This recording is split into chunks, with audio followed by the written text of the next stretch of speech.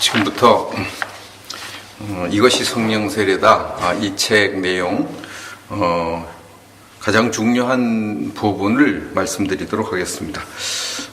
기독교의 성령론 무엇이 문제인가, 이런 제목으로 말씀을 드리도록 하겠습니다.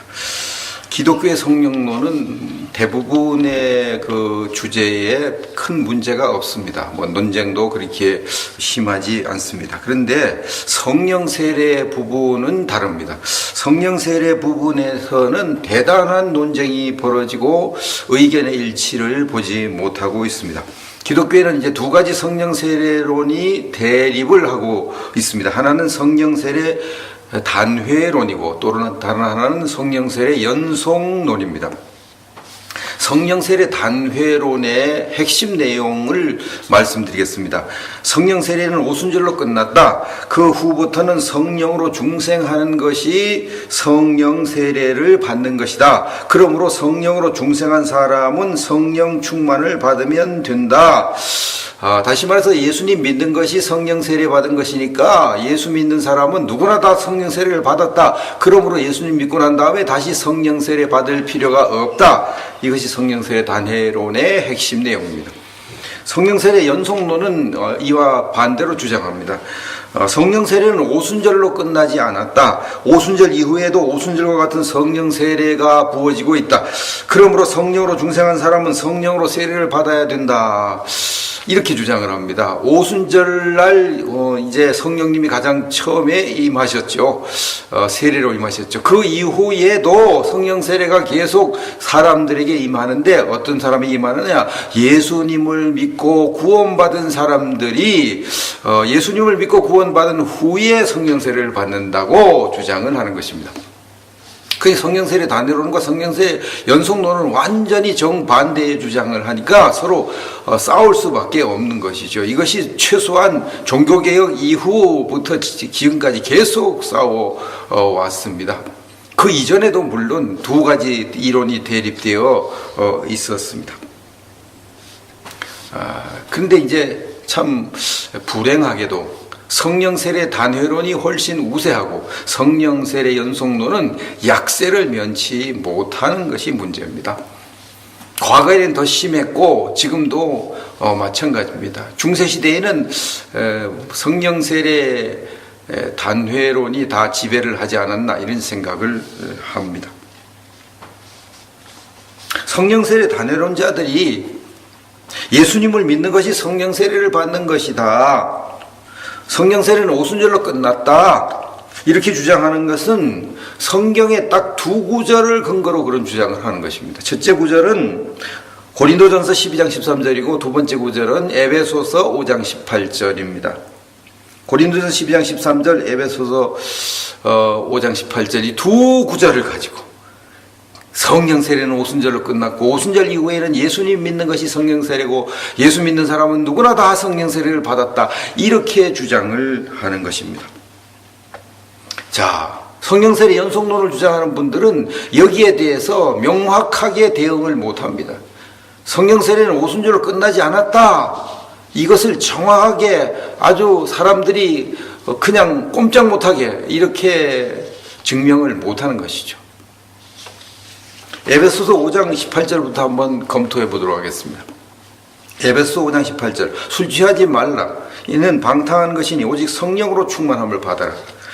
성령 세례 단회론을 주장하는 분들은 이 말씀을 근거로 신약 성경의 서신서에는 성령 세례를 받으라는 말씀이 없고 오직 성령 충만을 받으라, 이런 말씀만 있다는 것이죠. 그러므로 성령 중생이고 성령 세례다, 이렇게 주장을 하는 것입니다. 한국교회의 대표적인 성령 세례 단회론자는 총신대학교의 이한수 교수님일 것입니다. 그분이 거기에 관한 책을, 아주 두꺼운 책을 썼거든요. 그리스도인과 성령인가 그 책을 썼습니다. 그분이 말씀하기를 바울 서신에서 오순절주의자들이 주장하듯이 중생 이후에 존재하는 제2의 성령 경험이 있다는 시사가 없다. 그것에 상응하는 경험이 있다면 그것은 성령 충만의 경험일 것이다. 그러나 그것은 제2의 축복이 아니고 신자가 회심시뿐 아니라 그 이후의 생활에서도 계속 경험해야 할 경험이다. 이랬습니다. 이한수 교수님은 성령 세례는 사람이 회심할 때 경험하는 것이다. 다시 말해서 사람이 예수님을 믿을 때 성령 세례를 경험하는 것이고 그 후에도 또 성령 충만을 경험한다. 이렇게 얘기를 하고 있습니다. 그러므로 사람은 예수님을 믿을 때 성령 세례를 받기 때문에 예수님을 믿고 난 다음에 성령 세례를 받으려고 하지 말아라. 따라서 예수님을 믿고 난 다음에 성령 세례를 받아야 된다고 주장하는 성령 세례 연속론자들은 잘못됐다. 이렇게 주장을 하는 것입니다. 안타깝게도 성령 세례 연속론을 주장하는 분들은 이한수 교수님의 이 주장에 관해서 제대로 대응을 하지를 못하고 반박을 못하고 있는 실정입니다. 왜 신약성경에, 왜 신약성경 서신서에 성령 세례 받으라는 말이 없는가? 왜 성령 충만을 받으라는 말만 있는가? 그 이유를 설명하지 못하고 있는 거죠. 그 이유를 명쾌하고 시원하고 확실하게 설명해야 성령 세례 단회론자들이 입을 다물 텐데 그걸 못하고 있다는 것. 그것이 최소한 수백 년 전에, 정확히 말하면 사도시대 이후에 지금까지 아무도 왜 신약성경 서신서에 성령 세례 받으라는 말이 없을까? 왜 신약성경 서신서에는 성령 충만을 받으라는 말만 있고 성령을 소멸하지 말라 그런 말씀만 있을까? 이것을 정확하게 설명을 못했다는 것입니다. 이한수 교수님의 주장과 같은 이런 주장을 이제 반대하는 분들 가운데도 이 개혁파 신학자, 장로교 신학자들 가운데도 있습니다. 간혹 있습니다. 그분이 바로 총신대학 학장을 역임하신 차영배 교수님이시죠. 이분은 똑같은 학교 총신대 교수님인데 이한수 교수님과 다르게 반대로 주장합니다. 그분이 말씀하기를 사도행전 1장 4절 5절 이후에 성령의 세례를 받으리라는 명령이 없다.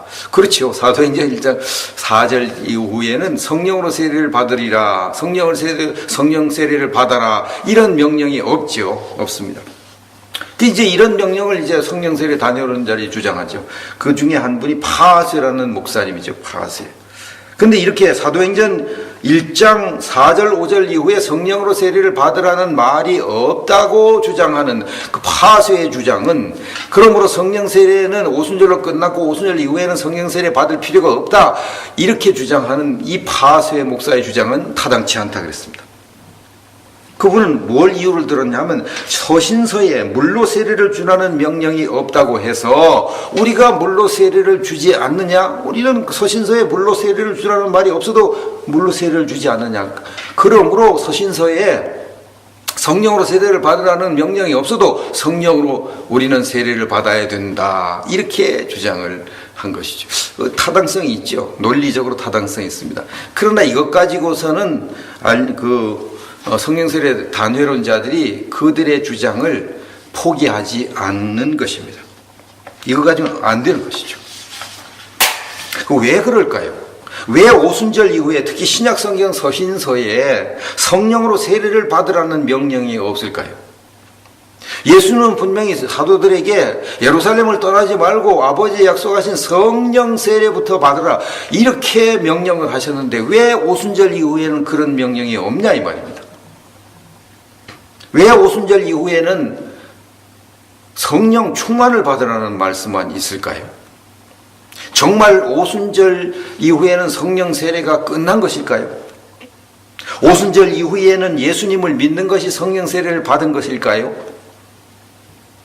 예수님을 믿는 사람은 성령 세례를 받을 필요가 없는 것일까요? 예수님을 믿는 사람은 누구나 다 성령 충만을 받을 수 있는 것일까요? 혹시 신약성경 서신서에 성령으로 세례를 받으라는 명령이 없는 분명한 이유, 지금까지 알려지지 않은 무슨 다른 이유가 있는 것은 아닐까요? 제가 이제 하나님의 은혜로 왜 신약성경 서신서에 성령으로 세례를 받으라고 하는 그 중요한 말씀이 없고 성령으로 충만받으라는 말씀만 있는지 그것을 명확하게 설명을 하도록 하겠습니다. 하나님의 은혜로 제가 이걸 깨달은 것입니다. 불신자들에게 가장 중요한 말은 예수님을 믿어서 영원 구원을 받으라는 말이죠. 예수 믿으세요. 그럼 영혼 구원 받습니다. 이것이 불신자들에게는 가장 중요한 말이죠. 그 이제 신약 성경 서신서에는 예수님을 믿어서 구원받으라, 예수님을 믿어라, 예수님 믿어서 영혼 구원받으라, 이런 말씀이, 이런 명령이 하나도 없습니다. 그 왜 그렇습니까? 그들이 다 예수님을 믿는 성도들에게 신약 성경 서신서를 썼기 때문에 그런 명령이 없는 것이죠. 불신자들에게 가장 중요한 말이 예수 믿어서 구원받으라는 말인데 신약 성경 서신서에는 그게 없다 이 말이에요. 없을 수밖에 없죠. 다 예수 믿는 사람들에게 편지를 썼는데 그들에게 예수 믿어 구원받으라 이런 말 할 필요가 없잖아요. 여기 이제 중요한 실마리가 풀렸죠. 신약 성경 서신서에 예수님을 믿어서 구원받으라고 하는 이 중요한 말씀이 없는 것은 그들이 다 예수님을 믿는 사람들이기 때문인 것처럼 신약 성경 서신서에 성령 세례를 받으라는 말씀이, 그 명령이 없는 것은 그들이 다 이미 예수님을 믿고 성령 세례를 받은 사람이기 때문에 없는 것이죠. 그들이 다 성령 세례를 받은 사람이기 때문에 성령 세례를 받은 사람들에게 필요한 성령 충만을 받으라는 명령만 있는 것이죠. 그리고 성령을 소멸하지 말아라 이렇게 명령하는 것이죠. 이렇게 제가 말씀드리면 좀 그럴듯하다. 그럴듯하다. 이렇게 생각하는 분들이 많을 것이고 정말 그럴까? 이렇게 생각하는 분들도 있으리라고 생각을 합니다. 과연 정말 신약 성경 서신서가 성령 세례를 받은 성도들에게 보낸 편지이기 때문에 그들에게 성령 세례를 받으라는 명령이었고 우리가 다 성령 세례를 받았다 이런 말씀, 또는 너희는 성령 충만을 받아야 된다, 성령 세례 받았으니까 성령을 소멸하지 말아야 된다 이런 말씀만 있는 것일까? 이걸 이제 확실하게 하려면 두 가지를 확인해야죠. 첫째는 신약 성경 서신서를 누가 썼는지를 확인해 봐야 되고, 두 번째는 신약 성경 서신서를 받은 성도들이 정말로 오순절과 같은 성령 세례를 받았는지를 확인하면 되는 것입니다. 그럼 신약 성경 서신서를 누가 썼는지 한번 살펴보고, 이건 쉽잖아요. 대부분 다 알려진 것이니까 교회 한 1, 2년 다닌 분들은 누가 썼는지 다 알죠. 신약 성경 서신서는 거의 다 바울 사도가 썼고요. 나머지 몇 권 또 중요한 것은 베드로 사도와 요한 사도가 썼습니다. 그 나머지 유다서, 야고보서, 디도서도 이제 바울 사도가 썼네.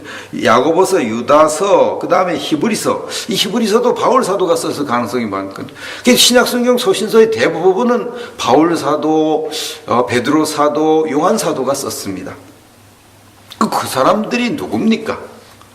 바울과 베드로와 요한이 누구냐 이 말입니다. 그분들은 성령 세례를 받지 못한 신자들이 있으면 가장 먼저 성령 세례부터 받게 해주는 분들이었고, 또 그분들에게는 공통적으로 성령 세례를 받지 못하는 신자들에게 안수를 하면 안수를 받는 사람들이 성령 세례를 받는 놀라운 능력이 있었습니다. 감이 딱 잡히지 않습니까? 사과 말고 감. 사도행전 8장을 보겠습니다. 사도행전 8장 5절. 빌립이 사마리아 성에 내려가 그리스도를 백성에게 전파하니 무리가 빌립의 말도 듣고 행하는 표적도 보고 한 마음으로 그가 하는 말을 따르더라. 많은 사람에게 붙었던 더러운 귀신들이 크게 소리를 지르며 떠나가고 또 많은 중풍병자와 못 걷는 사람이 나으니 그 성에 큰 기쁨이 있더라. 사도행전 8장 12절. 빌립이 하나님 나라와 및 예수 그리스도의 이름에 관하여 전도함을 그들이 믿고 남녀가 다 세례를 받으니. 사도행전 8장 14절 이하. 예루살렘에 있는 사도들이 사마리아도 하나님의 말씀을 받았다 함을 듣고 베드로와 요한을 보내매 그들이 내려가서 그들을 위하여 성령 받기를 기도하니 이는 아직 한 사람에게도 성령 내리신 일이 없고 오직 주 예수의 이름으로 세례만 받을 뿐이더라. 이에 두 사도가 그들에게 안수하며 성령을 받는지라. 여기 빌립이라는 분이 나오죠. 이분은 이제 예루살렘의 7 집사 가운데 한 분이었고 또 오순절에 성령 세례를 체험한 120명의 제자 중에 한 분이었습니다. 이 빌립이 사마리아에 가서 전도했더니까 놀라운 능력이 나타나고 막 수많은 사람들이 예수님을 믿었습니다. 그 소식이 이제 즉각 예루살렘에 있는 사도들에게 보고가 됐죠. 그 예루살렘의 사도들이 그 소식을 듣자마자 가장 먼저 결정한 것이 뭡니까? 베드로와 요한을 사마리아에 급파해서 그들이 성령 세례를 받게 해준 일이었습니다. 왜 이렇게 했습니까? 사도들이 왜 이렇게 했습니까?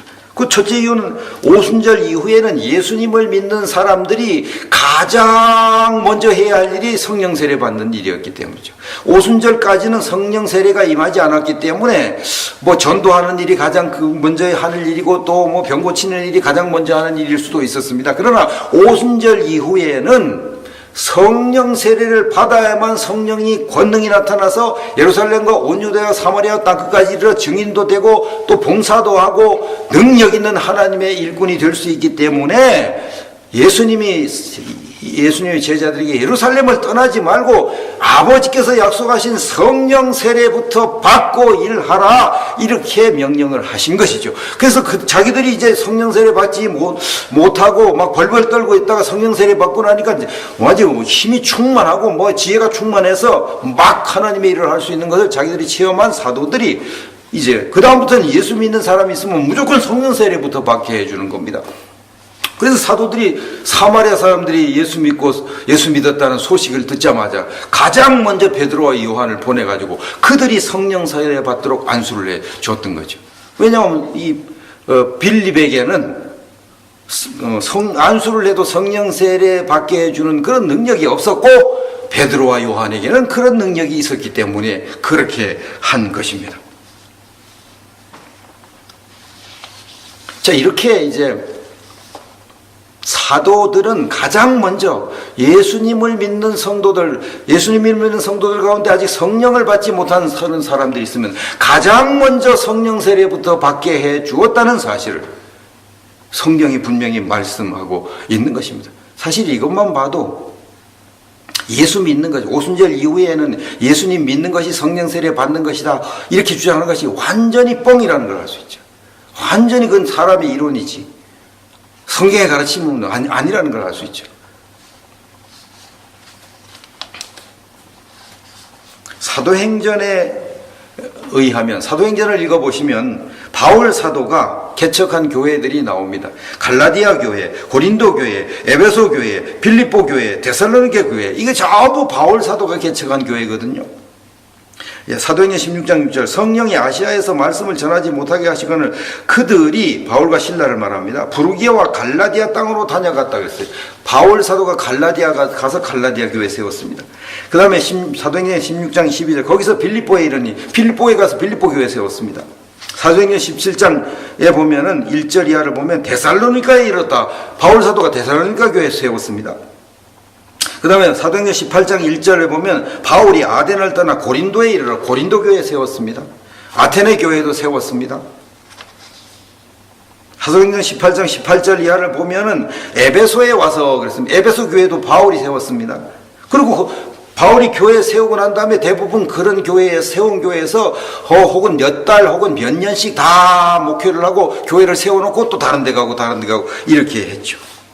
이건 뭘 의미합니까? 신약 성경 서신서는 거의 대부분 바울 사도가 세운 교회에 보낸 편지인 것을 알 수가 있습니다. 바울 사도가 어떤 사람입니까? 바울 사도 역시 베드로와 요한처럼 성령 세례를 받지 않은 신자가 있으면 가장 먼저 성령 세례부터 받게 해주는 그런 분이었고, 두 번째로 그에게는 성령 세례 받지 않은 신자에게 안수를 하면 성령 세례를 받는 놀라운 능력이 나타나는 그런 분이었습니다. 사도행전 19장 1절에서 7절 내용이 그 말씀이 있죠. 아볼로가 고린도에 있을 때 바울이 윗지방으로 다녀 에베소에 와서 어떤 제자들을 만나 이르되 너희가 믿을 때에 성령을 받았느냐? 이르되 아니라 우리는 성령의 계심도 듣지 못하였노라. 바울이 이르되 그러면 너희가 무슨 세례를 받았느냐? 대답하되 요한의 세례니라. 바울이 이르되 요한이 세계의 세례를 베풀며 백성에게 말하되 내 뒤에 오시는 이를 믿으라 했으니 이는 곧 예수라 하거늘 그들이 듣고 주 예수의 이름으로 세례를 받으니 바울이 그들에게 안수하매 성령이 그들에게 임하심으로 방언도 하고 예언도 하니 모두 12사람쯤 되니라 그랬습니다. 바울 사도가 고린도 교회에서 1년 6개월 동안 목회를 한 후에 그리고 이제 거길 떠나면서 고린도 교회에 온 사람이 누굽니까? 아볼로입니다. 아볼로는 에베소 교회를 개척하고 바울이 에베소로 오고 에베소에서 목회하던 아볼로가 고린도에 갔어요. 그리고 난 다음에 바울 사도가 에베소 교회에 와가지고 가장 먼저 성도들을 만나서 확인한 게 뭡니까? 너희가 예수님 믿을 때에 성령을 받았느냐? 이렇게 얘기하잖아요. 그들에게 와가지고 너희가 예수 믿느냐 안 믿느냐 그 얘기 안 해요. 왜냐하면 너희가 믿을 때 성령 받았냐 이렇게 얘기를 해요. 그래요. 아볼로에 의해서 예수님을 이미 믿고 있으니까 아볼로는 또 예수님에 대해서 모르는 것도 많아요. 예수님이 세운 물세례도 모르고 요한의 세례밖에 모르는 그런 사람이고 아주 부족한 그런 지식은 있었지만 어떻든 아볼로에 의해서 예수님을 믿고 있었어요. 그래서 너희가 예수님 믿을 때 성령 받았느냐 그거부터 확인하잖아요. 그러니까 그들이 우리는 성령이 있는 걸 듣지도 못했는데요 이렇게 대답을 해요. 그랬더니까 바울 사도가 또 이제 하나님 말씀을 풀어 전하고 또 예수님의 물세례로 주고 그리고 그들에게 안수를 하니까 그들이 성령 세례를 받았고 그들이 방언도 하고 예언도 하니 모두 12사람쯤 되었다 이렇게 돼 있습니다. 그 바울 사도는 에베소 교회 성도들 12명쯤 되는 성도들에게 성령 세례를 받고 해준 다음에 어떻게 했는지 아십니까? 에베소 교회에서 2년 동안 목회를 했습니다. 사도행전 19장 8절 이하에 보니까 2해 동안 이같이 했다. 두란노 서원에서 이제 2해 동안 두란노 서원에서 그 에베소 교회를 2년 동안 목회를 했습니다. 그때 이제 바울에게는 막 능력이 나타나는데 심지어 사람들이 바울의 몸에서 손수건이나 앞치마를 가져다가 병든 사람에게 얹으면 그 병이 떠나가고 악귀도 나가는 놀라운 역사가 일어났습니다. 바울은 참 대단한 분이죠. 대단한 성령의 능력이 나타나는 분이죠. 예수 믿는 사람들에게 안수하면 그들이 성령 세례도 받고 병 고치는 병도 막 고치고 앞치마도 갖다 놓으면 병이 낫고 귀신이 떠나고 놀라운 일이야. 그러니까 이 에베소 교회가 얼마나 크게 부흥됐겠습니까? 얼마나 크게 부흥됐겠습니까? 자, 어떻든 중요한 것이 무엇이냐? 바울 사도가 에베소 교회에 가가지고 가장 먼저 그들에게 한 일이 그들이 성령 세례를 받게 해줬다는 거죠. 성령 세례 받았는지 안 받았는지 그것부터 확인했다는 거예요. 왜요? 오순절 이후에는 예수 믿는 사람들이 성령을 받아야만 권능을 힘입어서 성령의 권능을 받고 성령 세례를 받아야만 권능을 받고 예루살렘과 온 유다의 땅끝까지 복음의 증인이 될 수가 있고 하나님을 힘있게 섬길 수가 있기 때문에 바울 사도가 그렇게 한 것이고 자기에게 안수하면 성령을 받게 해주는 능력이 있었기 때문에 그리한 것입니다. 이것을 볼 때 에베소 교회 성도들은 100% 성령 세례를 받았을 것을 이게 불을 보듯 명확하지 않습니까? 뻔한 일이죠. 그럼 이제 더 나아가서 바울 사도가 목회한 갈라디아 교회, 빌립보 교회, 데살로니가 교회, 고린도 교회 이런 교회 성도들도 모두가 다 100% 성령 세례를 받을 수밖에 없었던 것을 알 수가 있습니다. 이제 답이 다 나왔지만 한 구절 더 보겠습니다. 성령 세례 다녀온 자들이 전가의 보도처럼 사용하는 이 말씀 가지고 막 휘둘러대면서 성령 세례 연속 자들을 꼼짝 못하게 하는 이 구절 생각해 보겠습니다. 그것이 바로 고린도전서 12장 13절 말씀이죠. 우리가 다 유대인이나 헬라인이나 종이나 자유인이나 다 한 성령으로 세례를 받아 한 몸이 되었고 다 한 성령을 마시게 하셨느냐. 우리가 다 한 성령으로 세례를 받았다. 우리가 다 세례를 받았다. 이렇게 기록되어 있습니다. 여기 분명히 우리가 다 성령으로 세례를 받았다고 바울 사도가 말했어요. 그런데 성령 세례 다녀온 자들은 이 말씀을 우리가 다 성령으로 중생했다 이렇게 해석을 합니다. 그 해석할 때 뭐 그 헬라어도 갖다 붙이고 뭐 이것저것 성경 갖다 붙이고 그럴듯하게 해석해요. 하여튼 이론이라고 하는 것은요, 거짓말도요 그럴듯하게 하면 혼밥 넘어가는 사람들이 많아요. 공산주의 이론이 거짓말이거든요. 근데 그 거짓말을 그럴듯하게 포장해가지고 얘기하니까 공산주의 이론에 넘어간 사람들이 얼마나 많습니까? 이단의 이론이 그럴듯하니까 이단에 빠진 사람이 얼마나 많습니까? 칼빈주의 구원론, 알미니안주의 구원론, 천주교의 구원론 그럴듯하니까 거기에 혼박 넘어간 사람들이 얼마나 많습니까? 우리가 다 성령으로 세례를 받았다고 그랬는데 우리가 다 성령으로 중생했다 이렇게 해석을 하는 것이 오늘날 한국교회 대부분의 목회자들과 성도들에게 다 그것을 진리로 통용되고 그 진리를 믿고 있어요. 세계 교회가 다 비슷합니다. 이한수 교수님이 또 이걸 그냥 이 구절을 그냥 돕겠습니까? 이 구절을 또 뭐 헬라어 원문을 막 들쳐가면서 뭐 여기저기 성경 구절 끌어다 붙여가지고 이렇게 해석을 하는 거죠. 예수를 믿는 것이 곧 성령 세례를 받는 것이라는 주장이 옳다.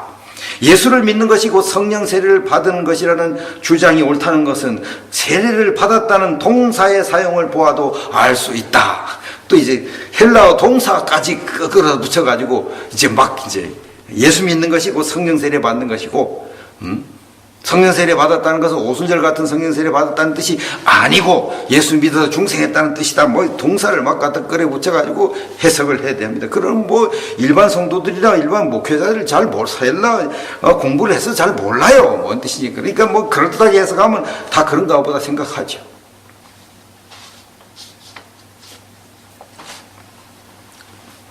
이제 이렇게 주장하는 이렇게 분명히 바울 사도는 우리가 다 성령으로 세례받았다고 그러는데 이것을 이렇게 저렇게 뭐 해가지고 우리가 다 성령으로 중생했다 이렇게 뒤엎어버려요. 둔갑을 시켜버려요.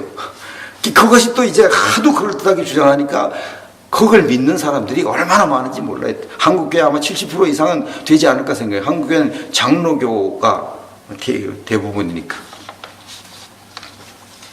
이제 제가 이제 성령 세례를 목회한 지 한 25년 만에 깨닫고 받고 체험하고 성령 세례는 오순절 이후에도 받아야 되고 예수 믿는 사람도 성령 세례 받아야 된다고 막 떠들어대고 인터넷에 올리고 막 그러니까 이제 그것이 교단의 문제가 돼가지고 제 책을 이제 평가한 교수님, 이름을 밝히지 않은 교수님인데 그분도 이한수 교수님과 똑같이 주장했습니다. 고린도전서 12장 13절에 나오는 성령 세례는 중생을 가리키는 말 외에 다른 것이 아니다. 여기서 말하는 우리가 다 성령을 세례 받았다. 이것은 성령으로 중생했다는 뜻이지 뭐 다른 뜻이 아니다.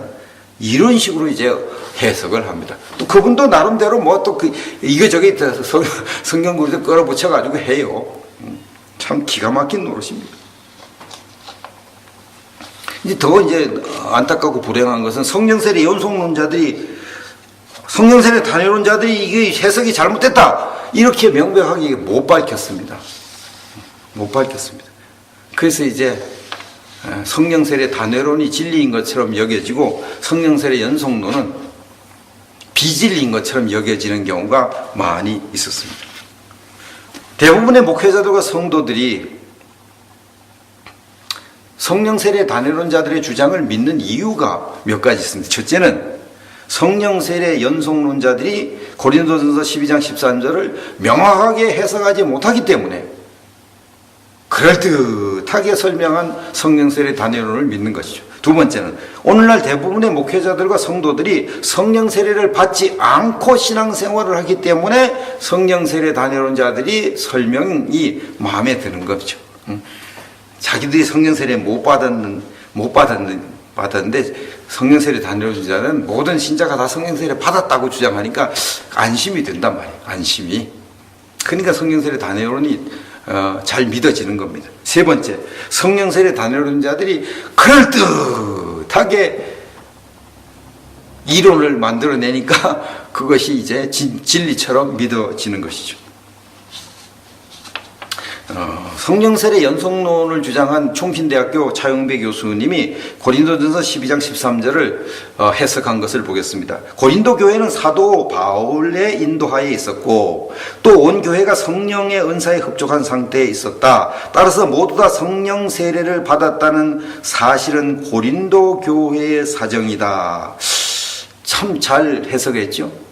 고린도 교회가 바울 사도가 목회를 했고 또 고린도 교회의 성령의 은사가 아주 풍성하게 나타난 걸 보니까 고린도 교회 교인들이 모두가 다 성령 세례를 받은 것을 알 수 있다 이랬습니다. 이것만 해도 상당히 설득력이 있습니다. 근데 이게 안 통해요. 이것마저도 안 통합니다. 왜 안 통합니까? 이 바로 제가 설명한 바울 사도에게 안수하면 중생한 신자들에게 안수하면 그들이 성령 세례를 받는 능력이 있은 것을 설명하는 것. 또 바울 사도는 예수를 믿고 성령 세례를 안 받은 신자들이 있으면 가장 먼저 그들이 성령 세례부터 받게 해준 이 사실을 설명 안 했어요. 미처 깨닫지 못했어요. 만약 차영기 교수님이 제가 깨달은 이것을 깨달아 가지고 탁 했더라면 벌써 오래전에 수십 년 전에 성령 세례 다녀온 자들은 입을 다물었어요.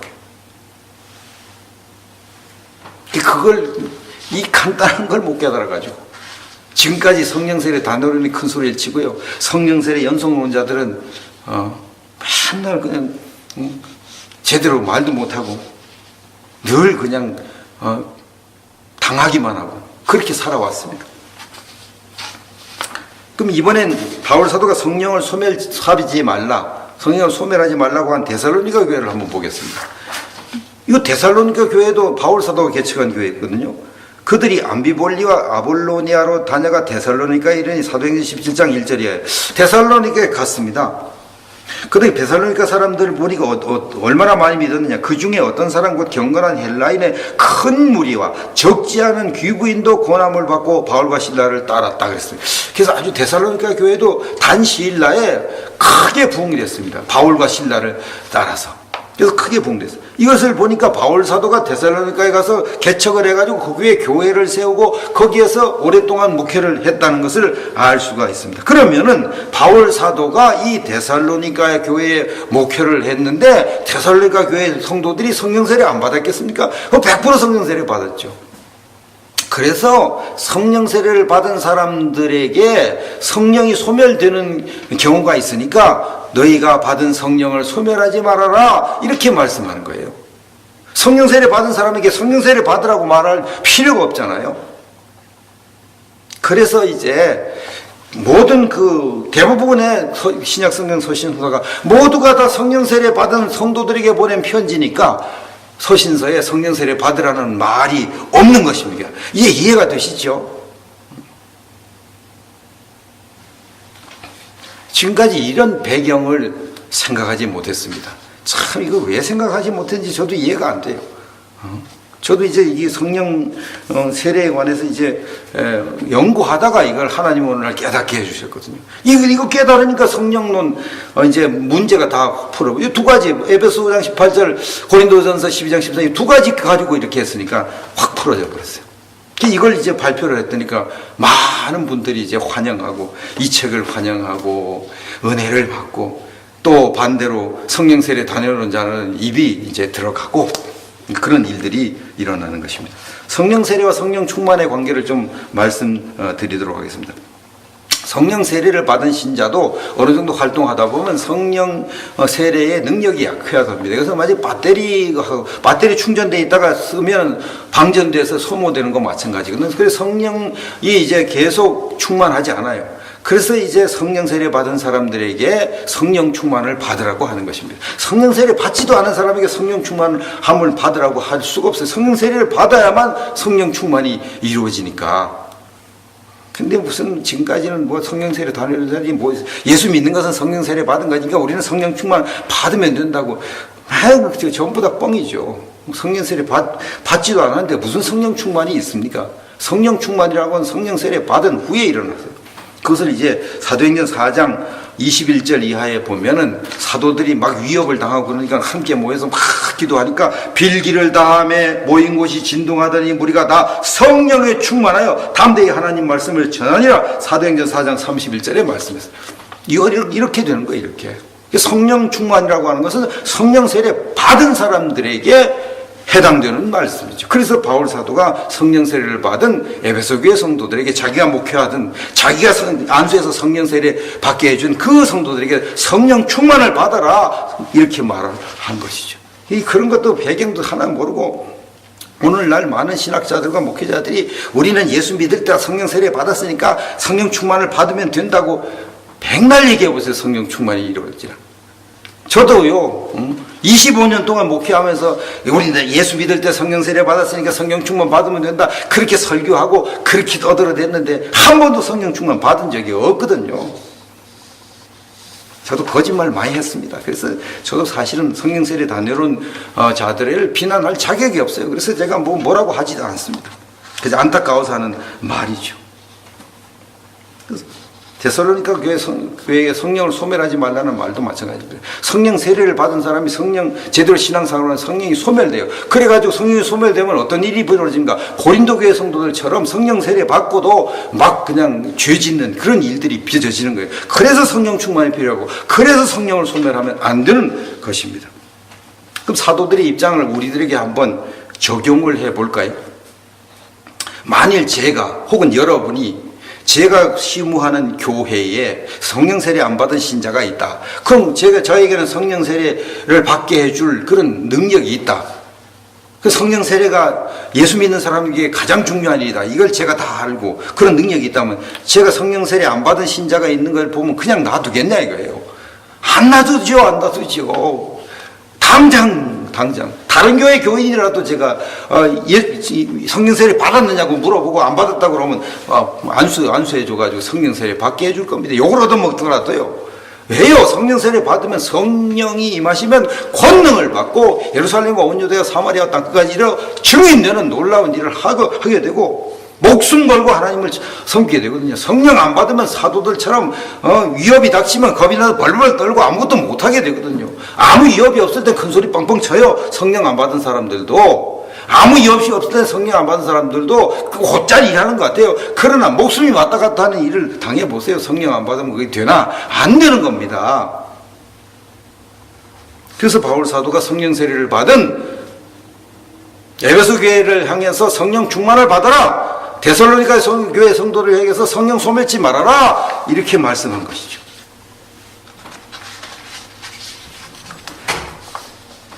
이제 여러분이 저를 보고 당신은 성령 세례 받은 다음에 뭐가 달라졌냐고 이렇게 혹시 질문할까 해서 제가 성령 세례 받은 후에 달라진 건 몇 가지만 말씀드리고 마치도록 하겠습니다. 첫째, 저는 성령 세례를 받고 나니까 제가 섬기는 교회가 부흥하는 것을 체험을 했습니다. 진정한 부흥이 일어나는 걸 체험했어요. 이것은 지난번에 간증을 했으니까 넘어가도 되겠습니다. 두 번째로 저는 성령 세례 받고 난 다음에 예전에 깨닫지 못하던 놀라운 성경 말씀을 깨닫는 그런 은혜가 주어졌습니다. 이 성령 세례다, 이 난해 구절, 지금까지 거의 2000년 동안 고린도전서 12장 13절 왜 우리가 다 성령으로 세례를 받았다고 했는지 그걸 몰라가지고 왜 바울 사도가 에베소 교회 성도들에게 성령 충만을 받으라고 했는지 그걸 정확히 몰라가지고 얼마나 많은 사람들이 거짓말을 하고 얼마나 많은 사람들이 성령 세례 받지 못해서 고생을 했습니까?